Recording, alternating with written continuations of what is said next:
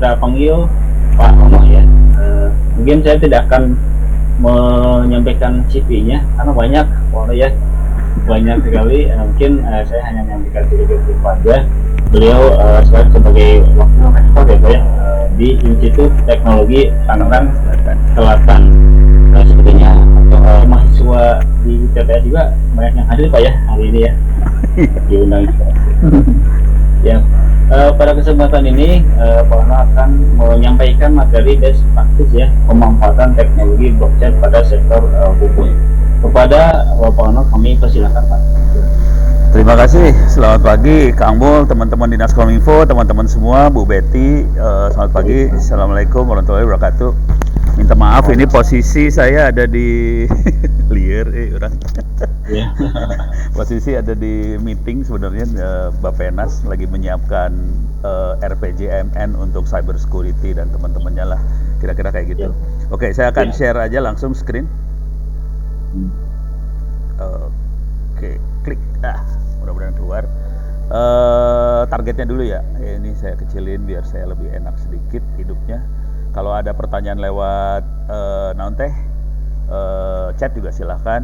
Ini saya akan kasih lihat ininya dulu lah. Target yang diminta sama teman-teman ini ya. Teman-teman ini. Jadi ada 3 keterampilan dan keahlian SDM yang dibutuhkan seperti apa. Kedua, tata kelola, memanfaatkan blockchain di public sector dan infrastruktur penunjang. Oke, jadi ada 3 itu yang akan saya coba bahas. Cuman ini saya mau eksperimen. Ono kan suka banget eksperimen ya. Kita akan coba bahasnya pakai chat GPT ya. Seru ya. Tapi sebelum terlalu jauh, saya akan cerita dulu. Saya ini pemain dulunya, pemain Bitcoin lah dulunya, dan saya miner. Dan saya akan ceritakan filosofi di balik itu semua sih sebenarnya. Oke. Jadi sebelum bisa menjawab 3 hal ini, saya pemain Bitcoin, saya juga miner. Saya akan ceritakan filosofinya. Cuman saya pengen kasih lihat papernya dulu. Ini papernya. Oke, ini dia. Salah pencet. Sharing lagi. Oke. Ini papernya. Ini paper dibuat tahun berapa ini Taya? 2020. Jadi 3 tahun yang lalu lah kira-kira. Membandingkan benchmark dan membandingkan antara Hyperledger dan MySQL. Kita tahu MySQL adalah database, Hyperledger adalah turunan blockchain. Oke. Kenapa kita sampai bikin paper ini? Karena ceritanya, kisahnya kayak gini kira-kira. Teman-teman dari pajak, Dirjen Pajak waktu itu nanya, iseng. Jadi teman-teman waktu itu ada Bank Mandiri dan teman-teman pada kumpul, ada Dirjen Pajak, terus dia ngomong, mungkin enggak semua transaksi di Republik Indonesia kalau melakukan transaksi langsung potong pajak. Waktu itu teman-teman Bank Mandiri langsung ngomong, nggak sanggup.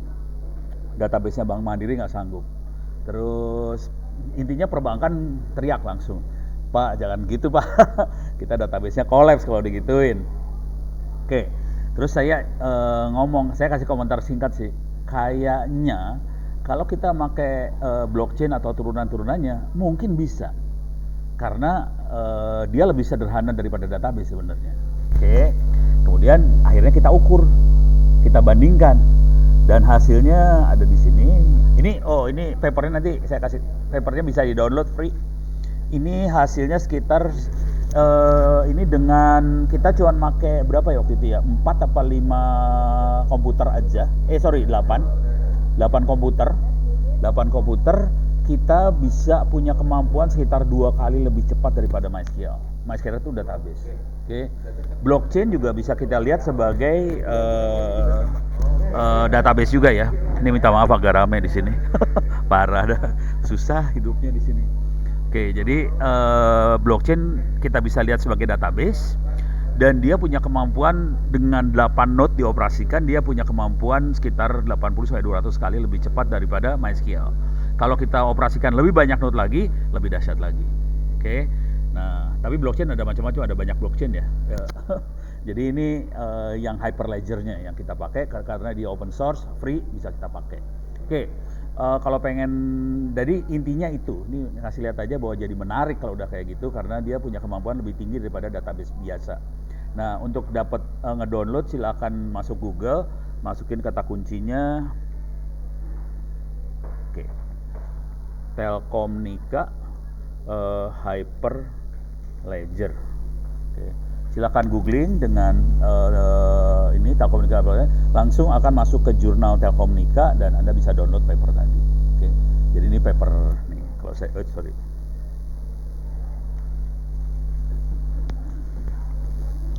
Oke, oke, ini saya klik di sini. Ini bisa di-download langsung ya, papernya bisa di-download free. Oke, beres. Nah, sekarang mudah-mudahan ngasih lihat gambaran kenapa kita pakai blockchain, gitu ya. Jadi seperti apa blockchain? Nah, sekarang sebelum terlalu jauh masuk ke pertanyaan yang ada dari teman-teman panitia, saya akan ceritakan dulu yang namanya Bitcoin dan blockchain itu dalam bahasa yang lebih sederhana. Bu Betty tadi udah cerita sih, cuman akademisi banget. Saya akan coba pakai bahasa manusia yang lebih inilah. Bitcoin itu seperti apa sih sebenarnya Bitcoin? Di belakang Bitcoin tadi ada blockchain ya. Jadi blockchain belakangnya Bitcoin. Saya akan pelan-pelan ngasih lihat. Oke. Jadi kita akan coba ngomong uang yang namanya Bitcoin. Tidak harus uang sih. Nah, bayangkan kita main monopoli.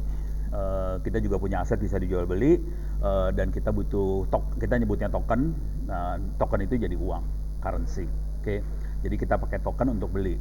Kalau di monopoli, mainan monopoli kan ada pemainnya ada 4. Udah gitu kita bisa beli rumah, beli hotel, taruh di tanah yang kita beli dan sebagainya. Itu mainan monopoli 4 orang. Oke. Nah, kita bisa syarat uang digital bisa digunakan untuk berbagai nilai pecahan. Jadi pecahannya bisa koma-koma segala macam, tidak bisa dipalsukan, bukan kertas. Oke. Nah, konsekuensinya harus ada orang yang megang database-nya, yang nentuin balance-nya. Balance itu adalah si ini punya duit berapa, sini punya duit berapa, sini punya duit berapa. Kalau kita ke bank, kalau kita print buku, kita tahu duit kita terakhir, nah itu namanya balance. Beres ya. Contoh, misalnya kita di monopoli ada 4 orang, ada Ali, Badu, Cica, sama Dedi. Masing-masing punya 100 token, dicatat di buku besar atau ledger. Oke. Nah, ledger itu adalah yang pegang ledger itu kayak yang law, yang menentukan hukum. Oke. Dia yang menentuin bahwa si ini punya duit berapa, sini duit berapa. Keputusan informasi yang ada di ledger adalah final, tidak bisa diganggu gugat. Beres ya. Nah, bayangkan kalau 4 orang masih gampang. Kalau pemainnya ada banyak, 20 orang, 30 orang, pusing kepala yang pegang ledger. Makanya tumbuh yang namanya bank. Dan bank untuk nyatet itu pakai database. Bayangkan kalau ledgernya cuma 1 orang. Dia bisa manipulasi. Orang bisa ngelihat orang, sebenarnya dia bisa cheat, bisa segala macam. Itu jadi masalah. Nah, solusinya untuk seperti itu adalah setiap user dikasih laptop, di-copy ledgernya. Jadi balance-nya diupdate dan harus dipropagasikan ke tiap laptop masing-masing user tadi. Itu adalah cikal bakal dari blockchain.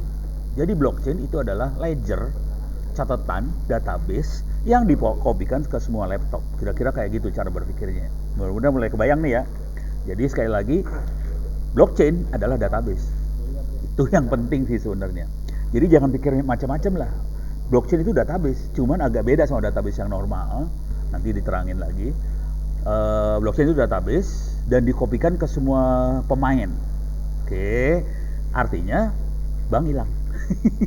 Itu yang bahaya di sini. Bank hilang, bisa dihilangkan sih sebenarnya. Nah, ini misalnya ada 4 orang, kalau di monopoli ada 4 orang pemain dan masing-masing dikasih laptop. Ini catatan di laptopnya masing-masing. Ada catatan Ali 100, Badu 100, Cica 100, Dedi 100. Ada di 4 laptopnya. Misalnya Ali jual barang ke Badu, harga 7,5 token. Kemudian ledgernya Ali menambahkan 7,5 token di ledgernya dan menurunkan Badu 7,5 token. Akibatnya Ali jadi 107,5, Badu 92,5. Terus Ali nengok ke semua user lain, dia propagasiin. Ini copy ledger gue, oke. Terus yang lain tanda tangan. Akibatnya jadi berubah semuanya. Nah, waktu yang lain tanda tangan itu dienkripsi. Enkripsinya ada di situ sih sebenarnya. Beres ya. Nah, terus Ali minta Badu. Ini proses propagasinya ya. Minta tanda tangan, terus dikasih lihat ke Cica, tanda tangan, semuanya tanda tangan, jadi beres. Gitu kira-kira ya. Jadi bayangkan kalau ini dilakukan untuk puluhan pengguna, bahkan mungkin jutaan pengguna, banyak kan. Cuman itu jadi mungkin semuanya kalau kita pakai internet. Kalau kita tidak pakai internet masalah, karena kita pakai internet cerita ini jadi gampang ceritanya. Terus di teknik yang kita pakai, nomor accountnya bukan nama orang. Kalau tadi Ali, Badu, Cica segala macam, sekarang nomor accountnya jadi nomor, bukan orang. Dengan cara itu jadi anonimus, jadi nggak tahu siapa yang punya account. Karena yang namanya uang sifatnya anonimus, kita tidak pernah tahu uang itu pernah dipegang sama siapa. Jadi itu makanya wallet atau dompet di Bitcoin dan sebagainya nggak ada nama orangnya, dan itu jadi anonimus sekali. Jadi konsekuensinya Bitcoin itu bisa digunakan jutaan orang, bisa digunakan seluruh dunia, tidak ada yang punya, tidak ada yang kontrol. Oke. Transaksi seperti cash biasa, ada hanya catatan sender sama receipt, tidak ada middleman, tidak ada fee transaksi. Nah, ini perlu dicatat lagi di sini bahwa ini ya, nama user tidak ada, alamat user tidak ada, tanggal lahir nggak ada, data pribadi nggak ada. Konsekuensinya apa? Di dalam Bitcoin, PDP tidak diperlukan sih sebenarnya. Pelindungan data pribadi nggak diperlukan. Undang-undang data pribadi nggak diperluin, soalnya database-nya hilang.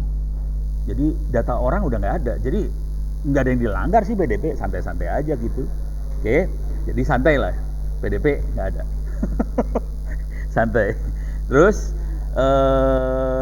di dunia, jadi untuk pertama kalinya kita bisa melakukan direct transaksi online ke semua tempat. Hanya perlu mencatat transaksi kita dan broadcast ke seluruh dunia. Teknik pembayaran powerful, sederhana, hasil desain kita bersama, namanya Bitcoin. Dan yang menarik adalah proses transaksinya butuh waktu cuma 10 menitan kira-kira. Bayangin kita transfer duit dari Arab ke Indonesia, kalau kita lewat bank butuh waktu seminggu, yang ini cuma 10 menit beres transfer. Beres ya. Informasi lebih lanjutnya bisa dilihat di bitcoin.info, dan ini adalah jumlah Bitcoin yang tersebar di dunia. Dia bentuknya kayak penyebaran emas, penggalian emas gitu ya. Oke. Nah, sekarang saya akan masuk ke yang namanya perkembangan dari Bitcoin. Mereka ngembangin yang namanya smart contract. Oke, smart contract. Kalau kontrak tuh biasanya melakukan kontrak-kontrak tuh kayak bukan pengacara, apa sih namanya? Orang hukum lah. Kalau pengacara kan urusan di ini ya, kalau di pengadilan yang urusan tanah, rumah tuh apa lupa nama saya. Tapi orang-orang itulah. Jadi orang hukum akan melegalkan kontrak. Dengan teknik yang sama, dengan teknik ini kita bisa mengunci kontrak. Oke. Namanya smart contract. Jadi orang-orang yang melakukan transaksi, kalau tadi kan cuma duit ini pindah ke wallet mana ya, sekian Bitcoin atau segala macam. Kalau ini selain duit yang ditransaksikan, kita bisa transaksi kontrak sebenarnya. Oke. Ini catatannya tersebar kemana-mana. Ini kasih gambar ledgernya nyebar kemana-mana. Yang kalau Bitcoin isinya cuma account A ada berapa Bitcoin, B ada berapa Bitcoin. Ini cuma kayak gitu. Kalau yang normal duit Bitcoin. Kalau kontrak kita bisa tambahin kayak gini nih. Ada bintangnya. If this then that. Nah, itu kontrak. Kontrak bentuknya coding.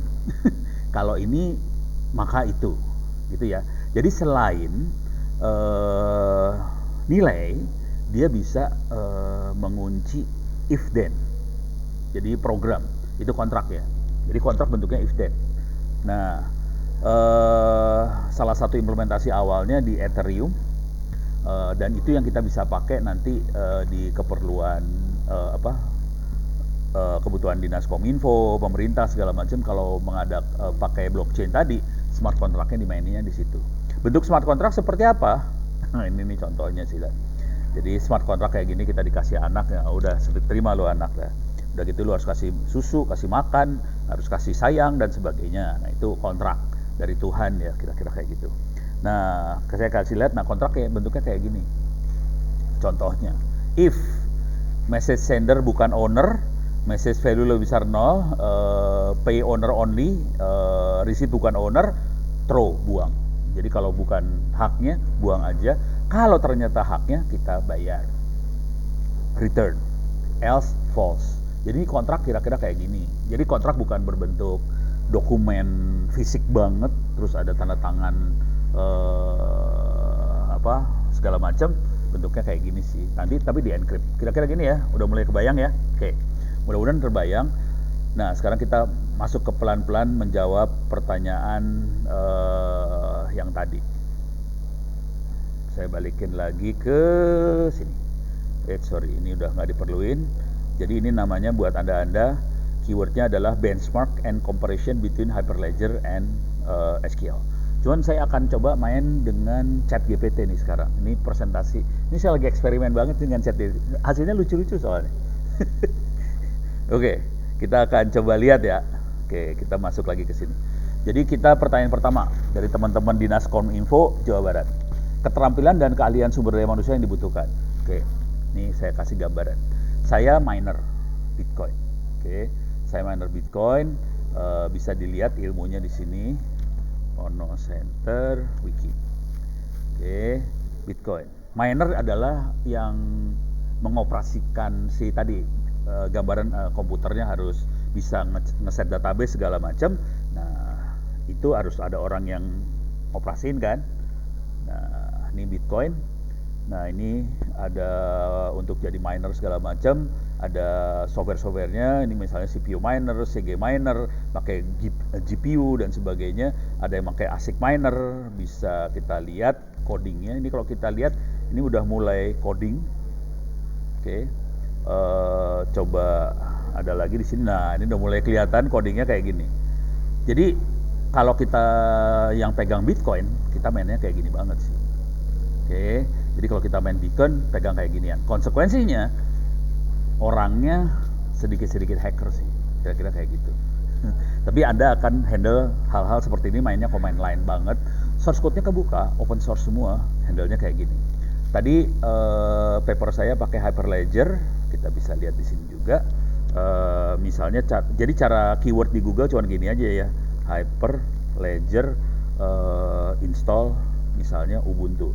Gimana cara install Hyperledger di Ubuntu? Oke, kalau saya klik di sini, nah di sini ada catatannya nih. Nah, banyak lah yang bikin catatan. Nah, kayak gini, ini catatan-catatannya dicatat sini. Tinggal kita kerjain, nanti kita akan punya Hyperledger tadi. Oke, jadi kebayang bentuknya kayak gini. Oke, cuman saya nggak akan terlalu memberatkan Anda, cuman ngasih bayangan bahwa orang yang butuhkan kira-kira harus ngerti hal-hal seperti ini. Kalau mau boleh terus terang jujur, sebaiknya tidak pakai Windows. Pakainya Linux atau turunan-turunannya. Oke. Jadi ini kalau kita lihat semuanya rata-rata bukan Windows, semua rata-rata Linux dan teman-temannya. Jadi kalau kita mau main Bitcoin, syarat pertama dari manusianya Linux. Jangan sekali-sekali berani mati dengan Windows, pasti tewas. Kejadiannya kayak Bank B Bintang I itu yang kena hack, ya udah itu pakai Windows tuh. Oke. Beres ya, jadi satu Linux. Tapi sekarang saya akan coba jawab pakai Hyperledger, ChatGPT. Mudah-mudahan. Sorry, ini Ono lagi eksperimen ngaco aja. Kita coba lihat hasilnya apa dari sini ya. Coba kita lihat. Ini pertama kali saya bikin webinar, terus kita presentasi pakai ChatGPT. Jadi coba kita lihat. Apa persyaratan SDM untuk mengoperasikan blockchain di pemerintah, gitu ya? Apa persyaratan SDM untuk mengoperasikan blockchain di pemerintah? Enter, gitu kan? Nah, hasilnya pasti lucu ya. Untuk saya gedein bisa nggak? Coba. Untuk mengoperasikan blockchain di pemerintah ada beberapa syarat penting yang dipertahankan dalam sumber daya manusia. 1. Pemahaman blockchain. 2. Keahlian teknis, harus punya keahlian teknis infrastruktur, harus menguasai bahasa pemrograman relevan seperti Solidity untuk pengembangan smart contract di Ethereum. Nah, ini kelihatan. Tadi udah saya terangin sedikit. Terus keamanan cyber penting banget. pengetahuan domain, harus mengetahui tentang blockchain, harus mengetahui domain yang relevan di sektor benar yang dia tanganin. Misalnya kita di domainnya misalnya tentang kesehatan, harus ngerti bisnis proses dari kesehatan dan sebagainya. Jadi kira-kira udah kebayang nih butuhnya seperti ini. Cuman untuk domain saya nggak khawatir, kemampuan komunikasi saya tidak khawatir. Yang khawatir saya lebih di arah kemampuan analitik. Nah ini mulai khawatir di sini. Nggak banyak kampus-kampus yang ngasih bekal data analisis kayak gitu ke mahasiswanya. Nah terus kolaborasi sama kemampuan kerja tim harus dilatih. Kemampuan manajerial relatif harusnya bisa. Yang agak ngeri yang 1, 2, 3 ini sih sebenarnya. Oke, 1, 2, 3 yang agak ngeri. Karena memang nggak banyak kampus yang ngasih bekal-bekal ini. Untuk keamanan cyber ngeri banget, saya kasih gambaran aja tentang keamanan cyber. Ini kuliah saya. Bentar, ini saya tutup dulu. Ini di open source ittsac.id. Oke. Masuk sini aja lebih gampang. Saya masuk ke ini free, gratis. Jadi teman-teman yang ada yang di SMA, di SMK segala macam, silahkan masuk ke opensource.itts.ac.id. Di sini ada kuliah cyber security free, nggak usah bayar apa-apa. Anda bisa daftar dan kalau ini materi kuliahnya di sini kelihatan. Dan kalau nilainya di atas 90 akan bisa dapat sertifikat gratis. Oke, nah sekarang yang seru adalah jumlah yang pengen pinter banyak di Republik ini. Walaupun nggak semua daftar ke ITTS, tapi ada 11.811 di opencourse.itts.ac.id. Oke, 11.800. Nah, cuman kalau kita back lagi ke sini, dan ini jadi materi diskusi saya sama teman-teman Bappenas nih sekarang. Mereka udah stres. Kalau saya ngomong biasanya pada stres orangnya. Kita lihat yang bisa di atas nilai 90 bisa dapat sertifikat, kita klik aja. Berapa orang dari 11.800 lebih yang bisa dapat sertifikat, cuma 18 orang. Jadi ini yang bikin saya ngeri sih sebenarnya. Dari jawaban ChatGPT, pas mulai masuk ke manusia, ngeri. Soalnya angkanya cuma 18. Oke. Jadi kita ngomongnya gampang sih, coba lihat ChatGPT tadi. Kita perlu kalian tenis, perlu keamanan cyber. Ini dua gampang ngomongnya, cuman pas implementasi. Orang di Indonesia banyak, cuman yang ahli nggak banyak. Ilmunya padahal free, bisa diakses gratis, tapi nggak banyak yang mau belajar. Jadi ini kesempatan, ini sekalian ngomong aja buat kesempatan buat teman-teman yang masih SMA atau SMK segala macam, tolong belajar karena kakak-kakak kelas Anda, senior-senior Anda banyak yang nggak belajar. Jadi lowongan kerja di bidang ini kosong. Beres ya? Ini yang pertama buat jawaban yang pertama. Oke, sekarang saya akan masuk jawaban yang kedua. Enak ya kalau kayak gini mah ya. Jadi keterampilan dan keahlian SDM yang dibutuhkan. Jelas banget ya. Cuman saya jangan kedua dulu lah. Masalah teknologi tadi ya. Kan orang ngomongnya blockchain. Emang teknologinya namanya blockchain? Iya, ada yang namanya blockchain, tetap ada. Nah, sekarang saya akan coba cari di ChatGPT aja ya. Biar ini enak pakai ChatGPT soalnya kita jadi langsung bisa ngelihat gambar semuanya ya. Saya masukin lagi misalnya software atau aplikasi turunan blockchain yang open source dan free. Oke, kita cari. Berikut adalah beberapa software turunan blockchain source yang free. Lihat ada yang namanya Ethereum, ada Hyperledger Fabric itu yang tadi saya pakai, ada Corda.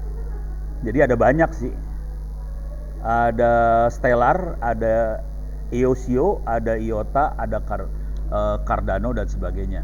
Jadi saran saya coba dioprek-oprek makhluk ini. Kalau dilihat Anda bisa lihat saya udah pakai yang Hyperledger ya, tulisannya di atas dia. Jadi itu termasuk salah satu alternatif teknologi yang menarik dari blockchain karena dia open source juga. Blockchain juga open source, cuman ada masalah besar di blockchain adalah dia dirancang untuk dioperasikan di jaringan internet yang besar. Nah, itu jadi gak menarik kalau kita pakai di aplikasi pemerintah. Pemerintah butuh datanya supaya lebih aman. Jadi kita taruhnya biasanya bukan di internet kalau data aman. Kita biasanya naruhnya di intranet. Nah, kalau udah mainan intranet, yang menarik bukan blockchain jadinya. Ini nggak bisa naikin ke atas. Oh, bisa. Nah, kalau intranet, Ethereum salah satu alternatif, cuman Ethereum dipakai buat ini ya, buat lebih ke jaringan publik sebetulnya. Jadi saya nggak terlalu menarik sih. Kalau saya lebih suka ke sini akhirnya, oke, ke Hyperledger, dan dia dirancang banget buat intranet. Makanya itu akhirnya kita pakai itu, oke. Dan yang menarik dia itu di bawah Linux Foundation, berarti dia open source banget, oke. Dan itu kata tadi Bu Betty udah, kalau lihat slide-nya Bu Betty itu salah satunya adalah private blockchain. Jadi ini kategorinya bisa private blockchain. Jadi kita bisa operasikan untuk internal di Dinas Kominfo Jawa Barat atau Tangsel atau yang mana gitu ya. Nah, mungkin kita perlu nih sebelum terlalu jauh banget, ini di sini ada pertanyaan ini juga sih sebenarnya. Tata kelola. Oke. Nah, kita bisa ngelihat yang namanya blockchain, Hyperledger dan sebagainya itu sebagai database sih sebenarnya. Jadi nggak beda ya, bukan nggak beda jauh ya, beda sih, beda jauh sih. Jadi cara berpikirnya kira-kira kayak database. Database kan ada MySQL, ada Oracle, ada segala macam. Nah, cuman beda yang paling fundamental antara blockchain dengan database adalah kalau database dia ada 4 operasi. C, R, U, D. Biasanya kita nyebutnya CRUD, C-R-U-D. Create, read, update, delete. Itu operasi ini didukung oleh database yang normal. Jadi create, read, update, delete. Itu di database normal mendukung 4 operasi tadi. Kalau blockchain dan turunannya, dia hanya mendukung 2 dari 4. Create sama read.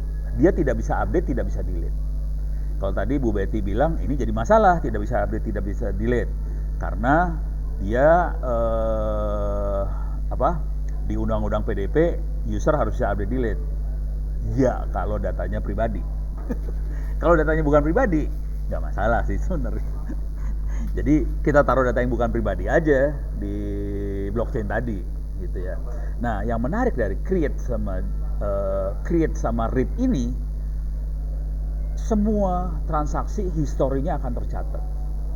Jadi lu jangan macam-macam, jangan ngerubah data. Lu mau korupsi, kecatat. Itu yang ngeri. Saya lebih suka yang create sama read doang, nggak bisa diupdate delete. Kenapa? Karena jadi kalau ada orang yang macam-macam dengan data, kelihatan historinya. Misalnya dia mau korupsi, dia melakukan korupsi, kelihatan duitnya transfer kemana, kelihatan, nggak bisa di-delete itu database itu. Seru. Read itu fungsinya adalah untuk audit, dan audit itu jadi fatal dan penting banget di masa sekarang, di mana korupsi. KPK happy banget kalau udah boleh kayak gitu, karena nggak ada delete update. KPK-nya happy lah dia, karena orang nggak bisa berkutik lah, ada catatannya semua, happy lah. Jadi create sama read ini jadi menarik karena dia tidak ada 2 yang tadi, update delete yang nggak ada, dia lebih cepat. Dari sisi manajemen juga menarik. Bayangkan kalau ada update delete, manajemen update sama delete emang gampang, mabok itu urusannya. Kita harus autentikasi lah, apa segala. Kalau create sama read doang, lebih santai dari sisi manajemen buat si orang ini ya. Orang-orang Diskominfo-nya, orang-orang IT-nya lebih gampang ceritanya. Karena dia harus cuma menghandle create sama read. Update delete udah tutup mata lah gitu. Cuman kalau kita lihat kenyataan hidup yang benernya, nanti kita akan bermain dengan dua database ini, 2 jenis database. Ada database yang blockchain-nya, yang untuk transaksi cepatnya.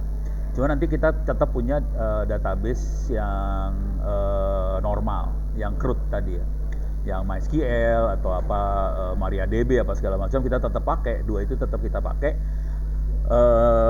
biasanya yang ada di database yang normalnya kan itu yang tadi yang di database blockchain tadi kan nggak ada sama sekali data-data namanya siapa, tanggal lahir apa segala macam, data itu hilang semua, nggak ada di blockchain. Nah, data-data yang kayak gituan akan adanya di database ini, database yang normalnya. Dan kita biasanya akan bikin link sambungan antara database normal sama database yang blockchain. Cara ngelinknya cuma sederhana aja sih. Namanya Ono, tanggal lahir apa, alamat di mana segala macam, wallet dari blockchainnya di mana, walletnya gimana, udah cuma gitu doang, wallet aja, dia mainnya ada entry wallet di dalam database normalnya. Konsekuensinya blockchainnya aman, data pribadi nggak ada, database normalnya dilepas dari sistem yang itu. Jadi ada dua.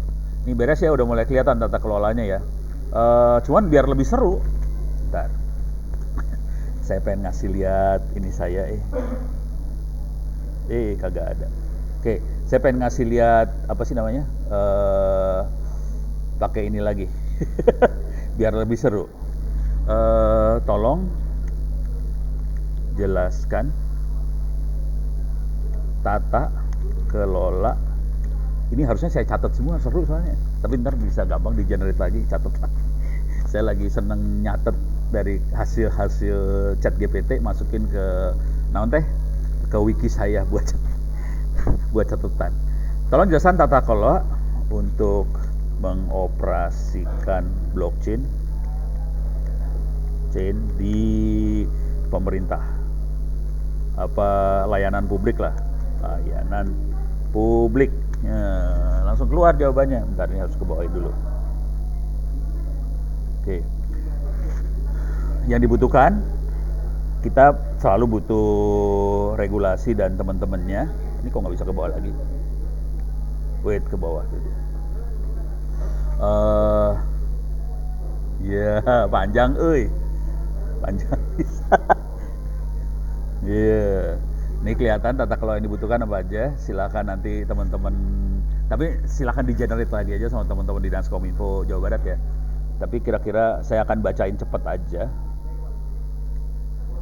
Nah, ini bisa kelihatan cepet.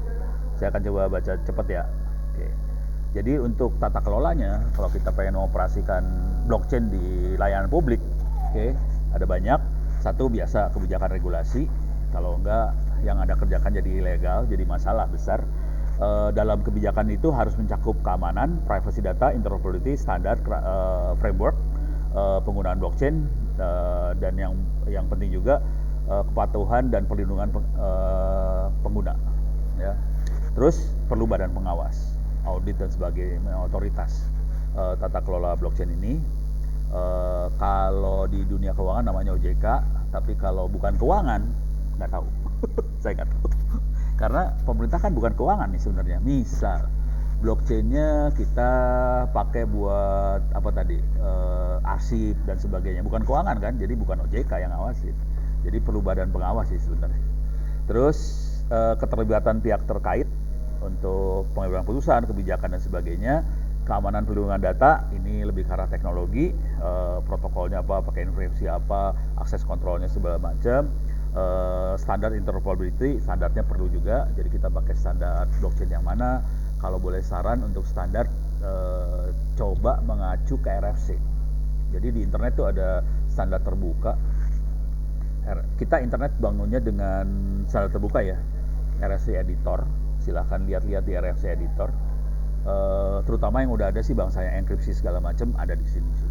Dan teknik-teknik itu bisa dilihat bahwa jadi intinya jangan pakai teknik-teknik yang nggak standar banget lah, bisa berbahaya soalnya karena kita jadi ngunci kita sendiri, nggak bisa berinteraksi sama lembaga-lembaga lain.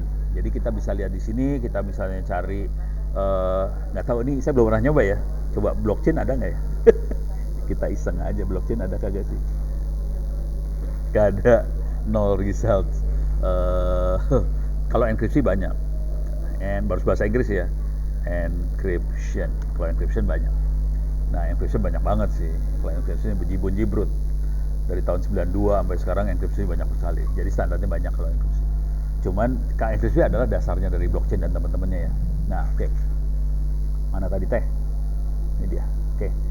Jadi ini secara audit transparansi. Ini auditor pelatihan. Nah, ini penting banget. Ini penting banget. Seringkali kita hanya dibatasi pendidikan pelatihan buat internal ASN. Padahal ini juga harusnya buat pengguna. Dan penggunanya pemerintah adalah rakyat Indonesia. Jadi kita perlu yang namanya literasi digital buat rakyat Indonesia. Jangan sampai, misal contoh paling sederhana, kita taruh key-nya di handphone. Udah gitu handphonenya dipinjamin ke orang, udah gitu orangnya bisa ngambil key kita. Ya udah bubar lah transaksi kita semua. Dan ini udah mulai, misalnya kita kalau sekarang kayak polisi kan kita bisa perpanjangan SIM apa segala macam online pakai aplikasi. Nah itu kan ada key segala macam di situ. KTP juga sudah ada aplikasi yang KTP digital online. Saya baru daftar di kecamatan kemarin. Itu ada key-nya ada di handphone. Ya, kalau sampai handphonenya keambil key-nya ya bubar semua ceritanya kita. Jadi ini perlu awareness-nya. Tolong berpikir awareness-nya jangan cuma buat ASN. Awareness-nya perlu buat pengguna juga. Karena nanti kelemahan attacker, orang yang menyerang akan menyerang titik paling lemahnya. Titik paling lemah dari sistem biasanya user. Gitu ya, beres ya. Nah, supaya kebayang ini kan tata kelola secara umum. Aplikasinya buat apa aja sih? Tadi Bu Betty udah nyebutin aplikasinya. Kalau mau iseng bisa kita cek di sini. Aplikasi blockchain untuk layanan publik. Bisa kita lihat lah aplikasinya apa aja. Iya, seru ya. Identitas digital, KTP bisa, e-voting bisa, terus catatan kesehatan elektronik bisa banget, manajemen data publik ini seperti ini ya. Kalau data publik itu seperti ini ya, orang izin apa segala macam, izin usaha lah apa segala macam, supply chain, pasokan, keuangan inklusif itu buat keuangan yang buat orang-orang kaki lima dan sebagainya. Oke. Energi yang terdesentralisasi, energi itu misalnya kita pasang panel surya buat rumah-rumah dan sebagainya. Oke. Terus pengadaan publik ini LKPP, LPSE ya, pengadaan pemerintah secara elektronik bisa. Tadi Bu Betty juga nyebut di presentasinya. Jadi ini contoh-contohnya apa. Nah, kalau udah mulai dapat kayak gini, nah kita bisa turunin lagi nih tata kelolanya. Misalnya gini, terangkan bisnis proses pengadaan publik menggunakan blockchain. Jadi harus pinter-pinter ini sih sebenarnya, masukin pertanyaan ke ChatGPT. Dan kadang-kadang kalau cukup gila, saya udah pernah nyoba sih, walaupun hasilnya belum tentu benar juga. Kita bisa minta codingan. Nah ini ada registrasi pemasok, penawaran barang, ada smart contract, verifikasi kualifikasi, blockchain fungsinya apa, di sini kelihatan, blockchain fungsinya apa, kelihatan, blockchain fungsinya apa, kelihatan di situ. Jadi enak banget kita langsung bisa lihat bisnis prosesnya. Kalau blockchain dipakai di satu domain, di satu kerjaan, dia pakai buat apa aja, kelihatan di sini gampang. Kita coba lagi misalnya bisnis, jelaskan bisnis proses blockchain untuk catatan kesehatan puskesmas, gitu ya. Kita turun ke bawah, ya. Keamanan data, terus rantai blok ini blockchain itu rantai blok di Indonesia, interoperability, penyandian, identitas digital.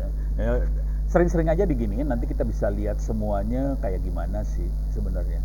Nanti kalau kita lihat bisnis prosesnya satu sama lain ada yang saling overlap nantinya, tapi ada yang nggak overlap. Nah, kalau yang overlap misalnya semuanya akan pakai blockchain, blockchainnya bisa dioperasikan oleh Dinas Kominfo-nya Jawa Barat misalnya.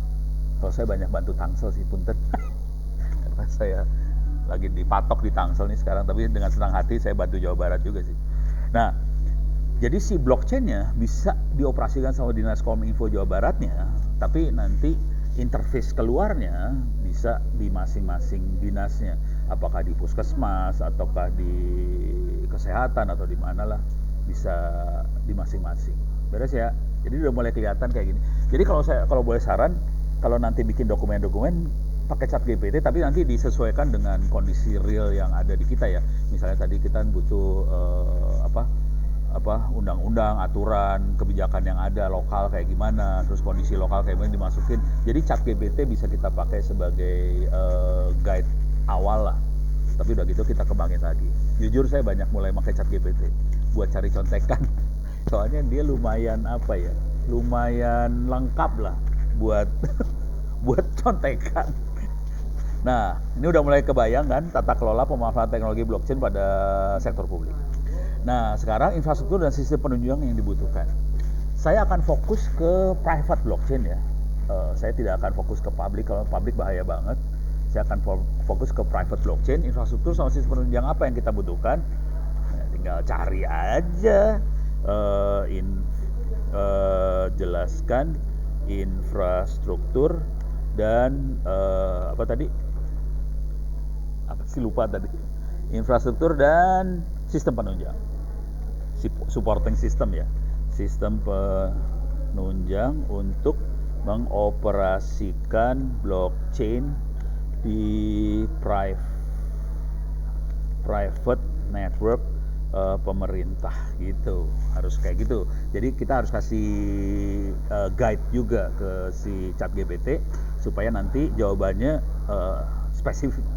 Kalau kita hanya mengoperasikan blockchain aja tanpa private network pemerintah, nanti dia berasumsi bahwa kita operasikan di internet dan itu bahaya banget. Oke, saya akan fokus ke pemerintah aja. Nah, coba lihat ke bawah. Ini kita belum network dan sekarang pemerintah networknya udah lumayan bagus. Ini dia, kita perlu node dari blockchain itu sendiri. Mekanisme konsensus. Ini ada beberapa pilihan. Kalau boleh saran, kalau mau gampang nggak usah mikir, kita pakai Hyperledger. Di situ node sama konsensusnya beres sih sebenarnya. Nah, sistem identitas sama akses ini perlu ke setiap node-nya. Tapi kalau kita ngoperasiin node itu sendiri, ya udah ini beres urusannya. Dan kalau ada di dalam jaringan, nggak masalah. Ini sistem identitas dan akses ini yang bermasalah kalau kita lepas ke jaringan publik. Kalau hanya dioperasikan oleh Dinas Kominfo Jawa Barat aja, ini biasanya urusannya beres. Kalau keamanan mudah-mudahan nanti bisa kita drill down juga ya keamanannya seperti apa. Ini dia ada two factor authentication, pengelolaan key yang aman. Ini dia asumsinya kalau usernya manusia. Kalau usernya aplikasi, ini nggak terlalu fatal sih, gitu ya. Nah, ini nanti kita harus definisikan juga di dalam bisnis proses. Kita mau ngunci sampai level manusia atau hanya aplikasi aja. Kita bisa sampai manusia yang dikunci ya. Jadi kalau manusianya dikunci ya seru dah urusannya. Monitoring audit dan selalu perhatikan kalau ChatGPT yang ngasih selalu dia kasih manusia. Pelatihan SDM itu perlu banget. Nah, ini yang saya jadi ini lagi rapat sama Bapak Enas ini jadi seru ya urusannya. Soalnya minta maaf aja, pemerintah banyak melupakan ini. Tapi saya suka sama Jawa Barat nih, soalnya sudah punya sandi kami. Ada apa tuh tadi Sumedang, tahu Sumedang. Tahu kami Pak, tahu kami. Tahu kami. Seru ya nama-namanya, keren-keren. Tapi concern ini nggak banyak di provinsi-provinsi lain. Jadi kalau ini bisa disosialisasikan, ini keren banget karena ini yang nanti jadi kuncinya. Karena serangan banyaknya ada di manusia, bukan di server, bukan di jaringannya. Serangan manusia banget gitu.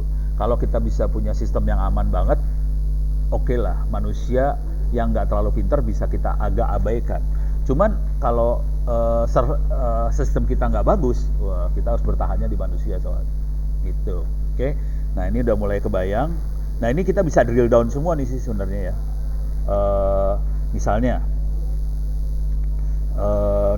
ini kalau mau gini ya, kalau kita mau drill down nih, ini yang ini ya, sorry, ini yang urusan ini ya, infrastruktur sama sistem penunjang yang dibutuhkan. Kita bisa turun ke bawah nih. Misalnya kita minta tolong sama si ChatGPT. tolong jelaskan prosedur untuk implementasi blockchain, jangan blockchain ya, kita akan spesifik aja ya, Hyperledger di pemerintah Indonesia gitu deh. Langsung, jadi kita nyebut merek banget ya, Hyperledger open source, jadi saya nggak terlalu sakit hati nyebutnya. Nah ini baru prosedur ya, ada tim, ada sumber daya, jadi harus nyiapin ini semua nih buat implementasi. Bukan cuma pengadaan barang, kagak, lu butuh orang segala macam. Pemilihan jaringan Hyperledger ada beberapa juga harus ditentuin, desain arsitekturnya gitu. Nah nanti kalau kita nggak ngerti, kita baca lagi, Pak, ini jadi kayak patokan awal supaya waktu nanti kita baca manualnya Hyperledger jadi gampang gitu ya. Nah kalau yang ini kan biasa pelatihan adopsi, pengembangan peningkatan biasa, uji ini biasa. Nah ini pengembangan smart contract mulai bingung kan. Contoh smart contract untuk Hyperledger dengan contoh codingnya gitu, bisa dikeluarin. Dia mah gila, ini orang ChatGPT rada-rada gelo. Nah bisa sampai keluar kayak gini kan. Jadi codingnya ini kelihatan pakai Python nih kayaknya. Pakai Python. Ini contoh smart contract-nya untuk Hyperledger. Jadi kita bisa bikin sampai smart contract-nya keluar gitu ya. Nah ini udah tukang coding banget nih. Oke, ini contoh coding smart contract Hyperledger. Jadi kalau kita butuh smart contract, oke, kita bisa bikin smart contract.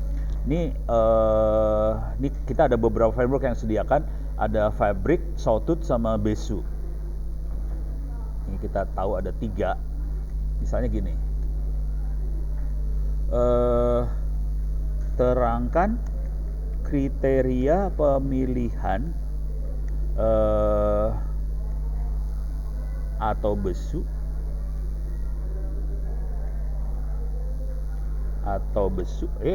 alah sia kunaon ya teh, gua pencet apa ini tadi nih ya, atau besu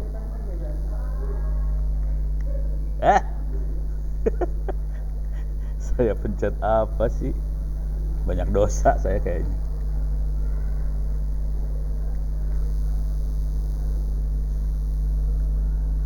Pelan-pelan. Sawtooth nggak mau di enter, kunaon tidak bisa di enter ini teh, marah dia kayaknya sama saya. Oh minta di save dan balik deh. Saya balik lagi ya. Bentar. Dan keluar.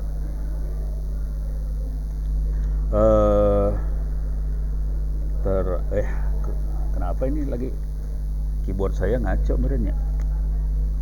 Oke, coba.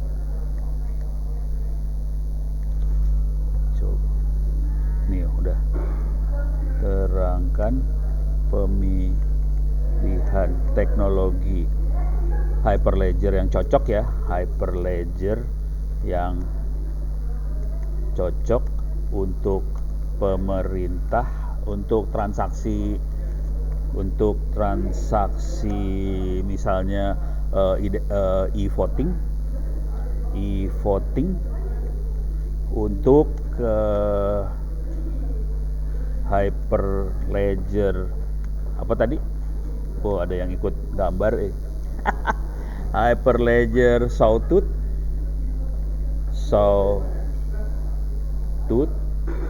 atau Hyperledger Besu. Jadi bisa kayak gini ya.